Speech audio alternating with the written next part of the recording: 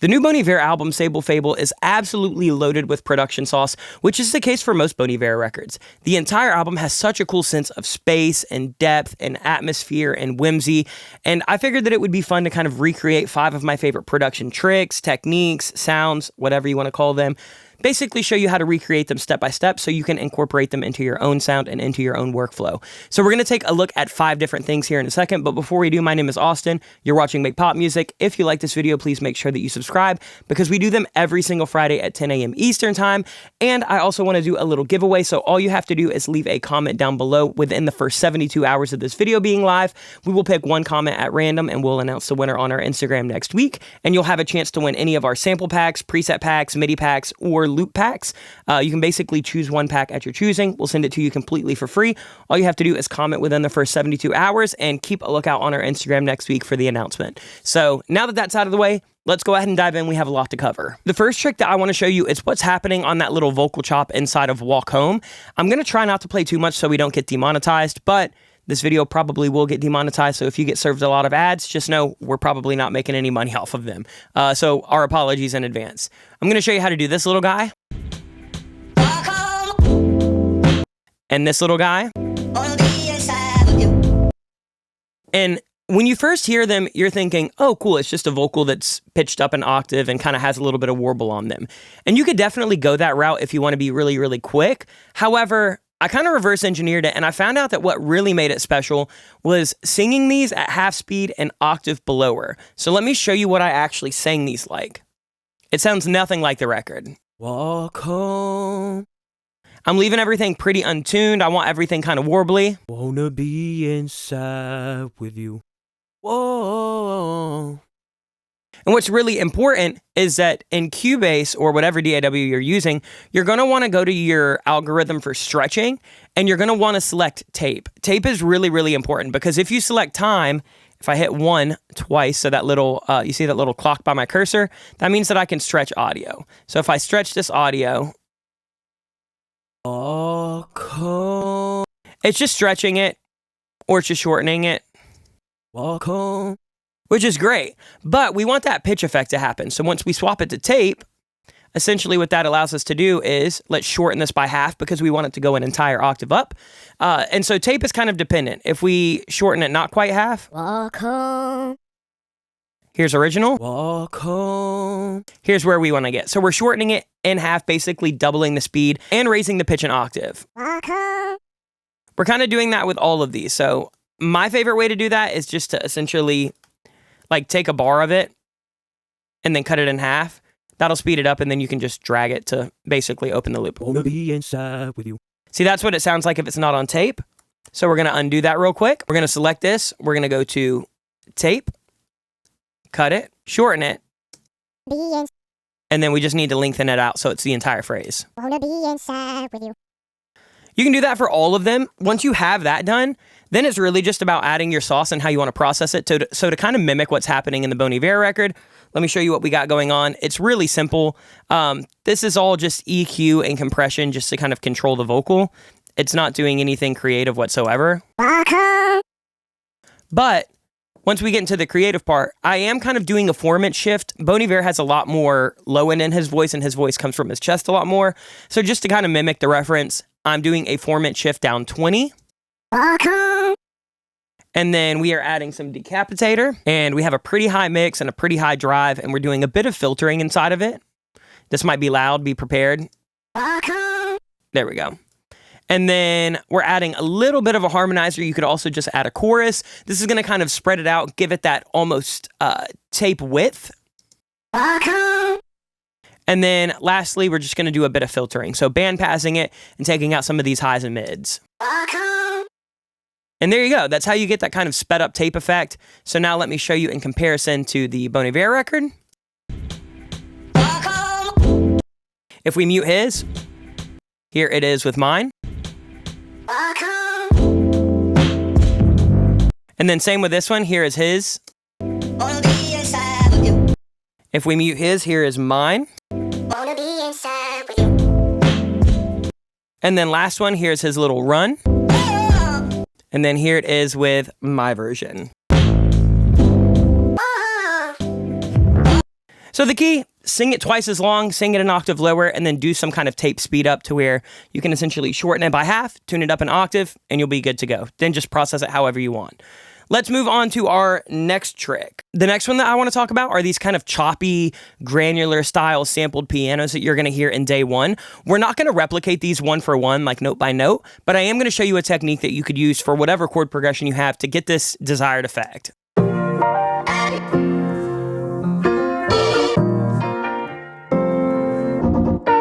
So you hear how choppy and kind of not natural that sounds? It's actually not too hard to replicate. The first thing that you're going to want to do is lay down some piano. So I just have MIDI right here that is essentially triggering, I think it's an upright piano inside of Keyscape. You could use any piano. And what I'm doing is I'm just playing a bunch of different chords. And then back here, I'm playing some melodies. I'm just letting them sustain. I'm not trying to play like a progression. Then back here,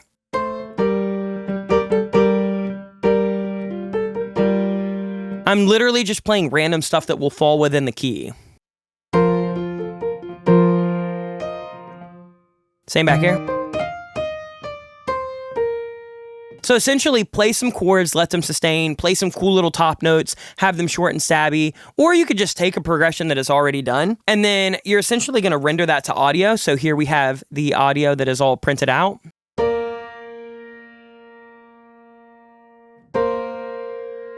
And then the next thing that you're going to want to do is have a sampler. Most DAWs have a stock sampler. Cubase has one. I think Logic has one.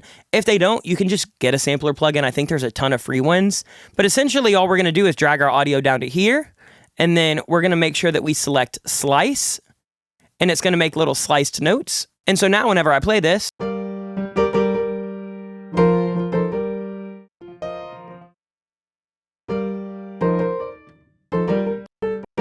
we essentially get all these little chops of piano. And so once you have everything kind of laid out, all you need to do is write MIDI. This is where I kind of just experiment and let whatever's going to happen.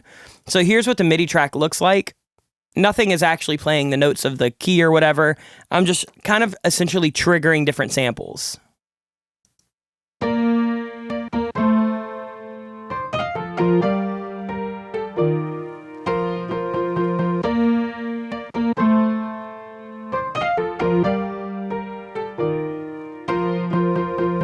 And that is essentially just taken from this little sampler track that has that one long file divided up into a bunch of different things. And once you have your sample, I'm just going to process it with a little bit of EQ. We're going to boost the lows and cut some of these boxy mids.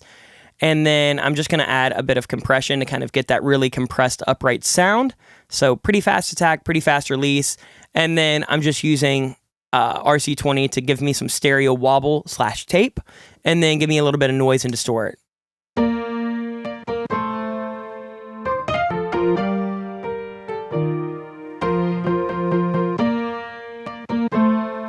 And this is a really fun technique that you could use to resample anything. You could do it with guitars, you could do it with an entire instrumental, you could do it with synths. Just bounce something to audio, drag it into a sampler, make your little slices, and then literally just screw around on the keyboard for 10 minutes.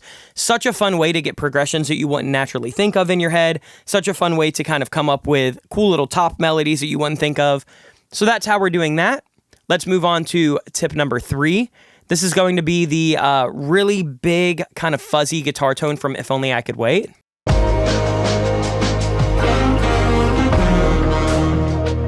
That guitar that's like so fuzzy and distorted that it almost sounds like a horn. So we have 3 different layers. I'll show you layer by layer, but they're kind of all doing the same thing. Here's what our raw guitar sounds like.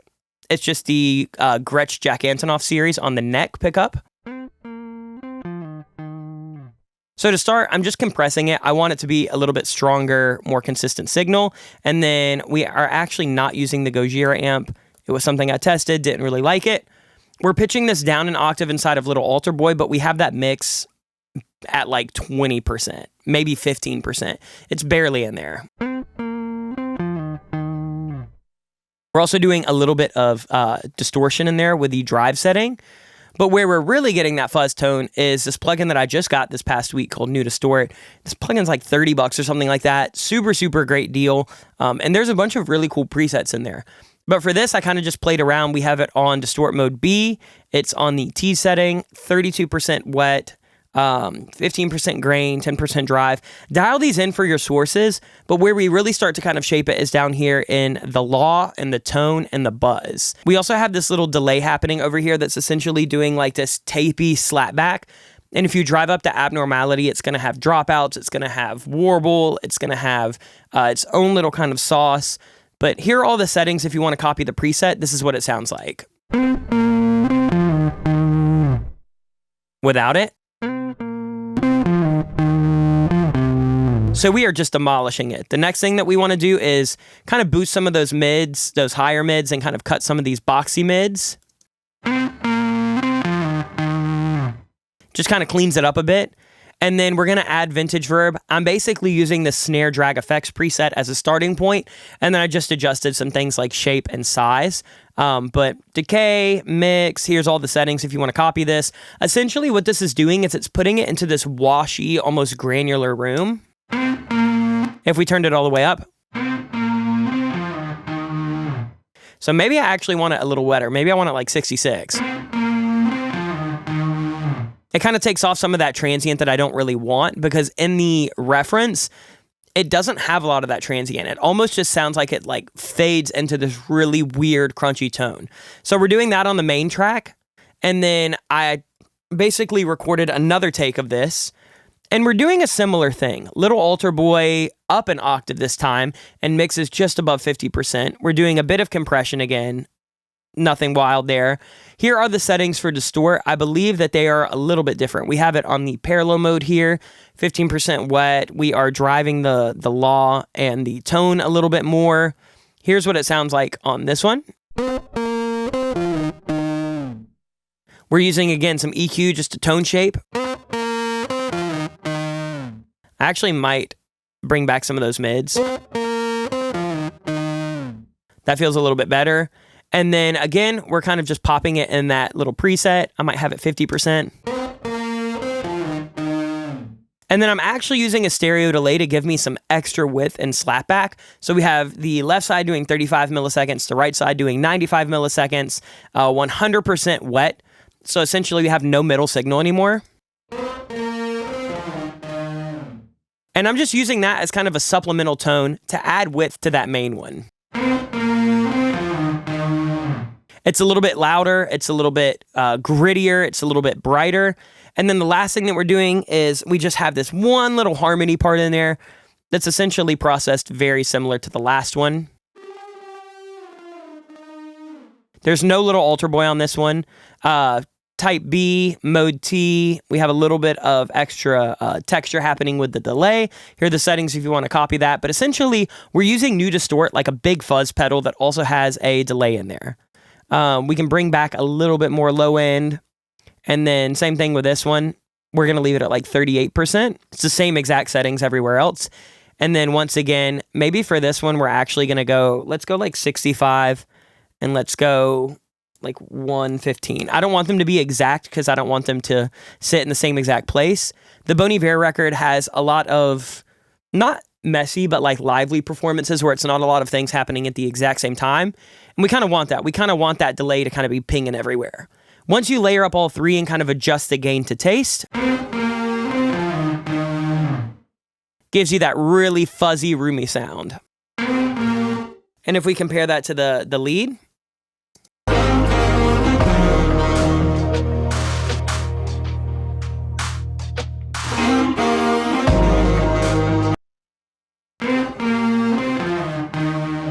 you could also probably layer something like a brass over it, just to give it that extra little bit of texture.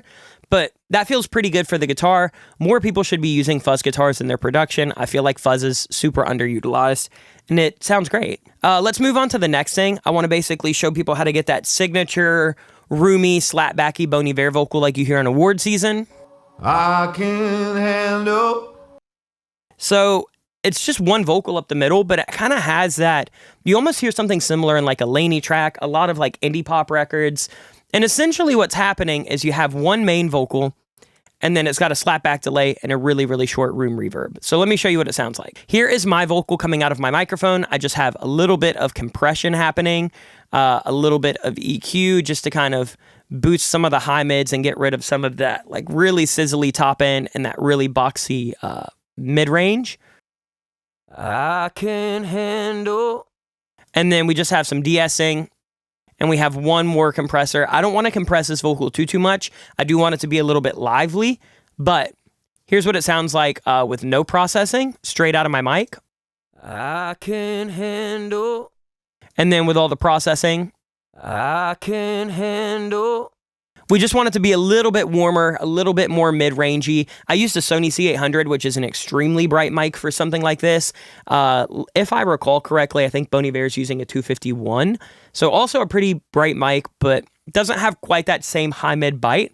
So I'm really just trying to, tame that with some of these EQ moves right here and move the mid-range closer to like 1200. So it's a little bit honkier and warmer. And that kind of puts it in the right sonic space. But as you can tell, I can handle still does not sound like I can handle.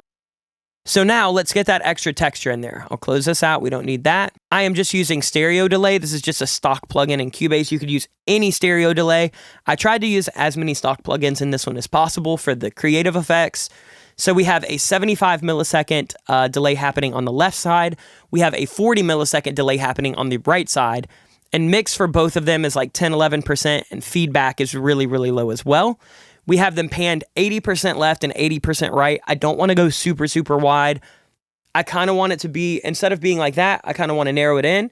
This is my dry vocal. That's if they're 100%.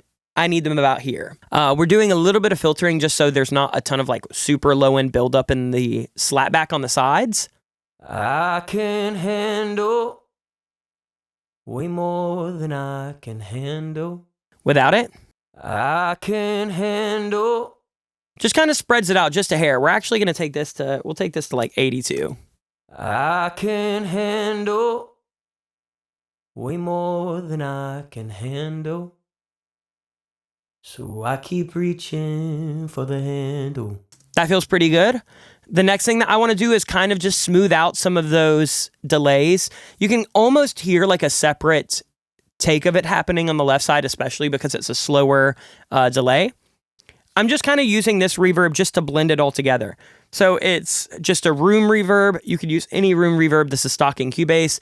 I'm doing basically a third of a second, 100% diffusion, so it's super washy. Let me show you what it sounds like. I'm doing it at 8%. I'll take it up to 100. I can handle. So it's really essentially just smoothing out those slapback delays, and then we're just blending that to taste. So we'll go back to like 8, 10%. I can handle way more than I can handle.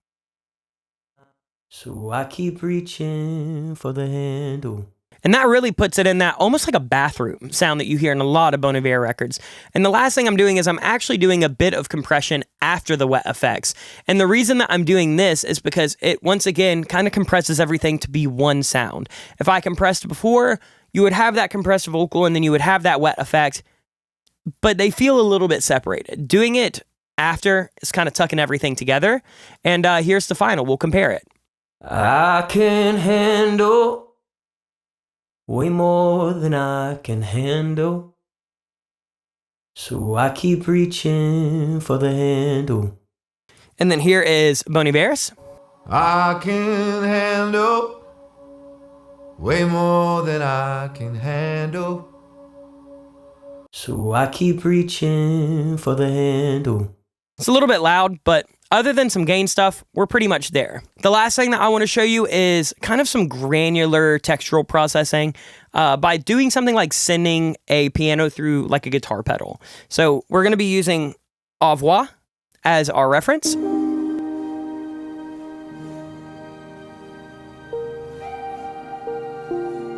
You can hear the little piano, but in the background there's that really shiny, kind of washy texture, some notes happening everywhere. So I'm not replicating it note for note, but I have my own little piano here. This is just out of Keyscape. It's the double felt grand, and I'm playing it super soft.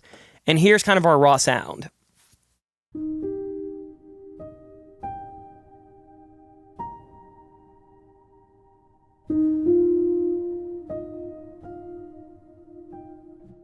But what I want to do is I want to actually send it out to a pedal. So I have a new version of it, and this one is just going to my pedal out bus. I've talked about how I kind of reamp through pedals.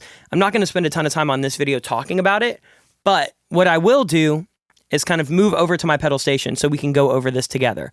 So just know that this audio is now sending it from my DAW out to my pedal I'm about to show you, and then it's going to be coming back in through this loop, or this track here, that we're going to arm and record. So let me go over here. So to kind of walk you through first, this is the pedal that we're going to be using. It is the Moog Mark II by Chase Bliss. I'm going to be using it at 100% wet on this mix knob right here, because what I want to do is blend it into taste. And I'll kind of leave everything else at noon to start. And we're going to have this on the reverb setting, so that switch is all the way to the left. And then we'll start with the stretch setting for the micro looper, so all the way to the right. And then we're going to have it basically feeding the wet signal into the looper. There's a ton of videos on how this pedal works, but just know that we're going to be doing some loops on this side. We're going to be doing some reverb on this side. Let's go ahead and let's start playing around. All right, we're recording. Let's engage the wet side. I'm going to set a loop. Bring it this way so it reverses. Add some texture.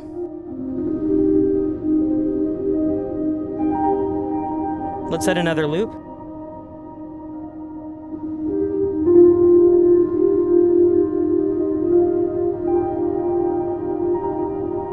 Let's set this to tape.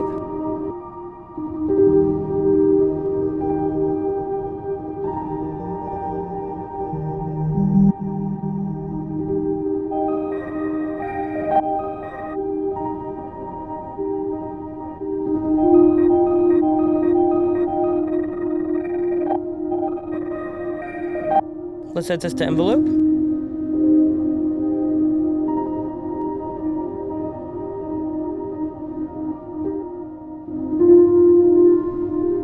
Let's modify this reverb.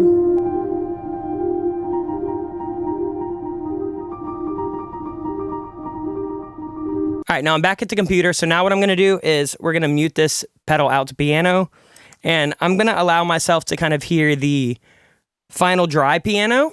And we're going to blend those to taste. So here's my granular. Let's hear what we got. Add some processing.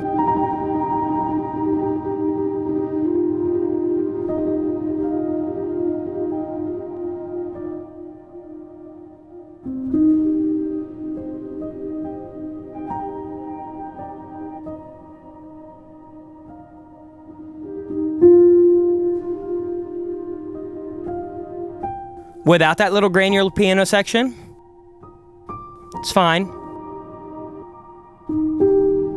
Let's add some EQ.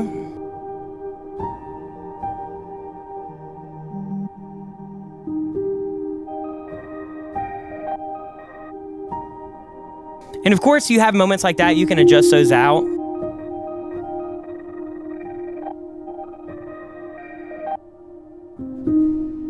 But this right here, this is pretty. I could loop this forever. You could even add something like a shimmer on it if you wanted.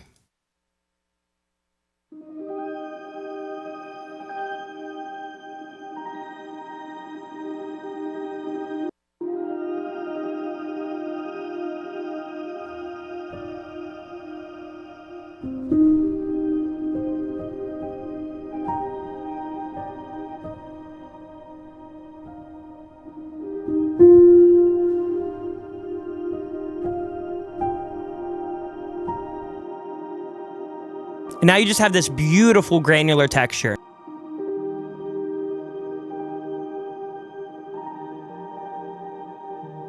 And the reason I like using something like pedals is because I haven't really found any plugin that can really emulate the tactile nature of kind of operating a pedal, and that can kind of give you some of those cool little micro loops and those cool, you know, really kind of glitchy reverb and delay segments. Something like the Moog Mark II or the Onward by Chase Bliss or the Microcosm by Hologram. Those are instant sauce machines. You hear pedals all over this Bon Iver record. Again, if you want to see my full video on how to actually route audio out to pedals and how I use pedals, we have a whole video about that on our channel. But that's going to do it. Those are my 5 production tricks that you should borrow from Bon Iver. So hopefully you enjoyed this video. I had a blast making this one. It was so much fun getting to kind of reverse engineer this. If you haven't heard the album, go listen. Sable Fable is so good. It's a production masterpiece. But other than that, that's going to do it for this week's video. Once again, if you leave a comment within the first 72 hours, you'll have a chance to win any of our sample packs, preset packs, MIDI packs, or loop packs. You can pick one for free if we pick you. We will announce the winner on our Instagram, Make Pop Music, next week. Other than that, subscribe so you can see videos like this every single Friday. And I'll see you guys soon. That does it for this one. Much love. Peace.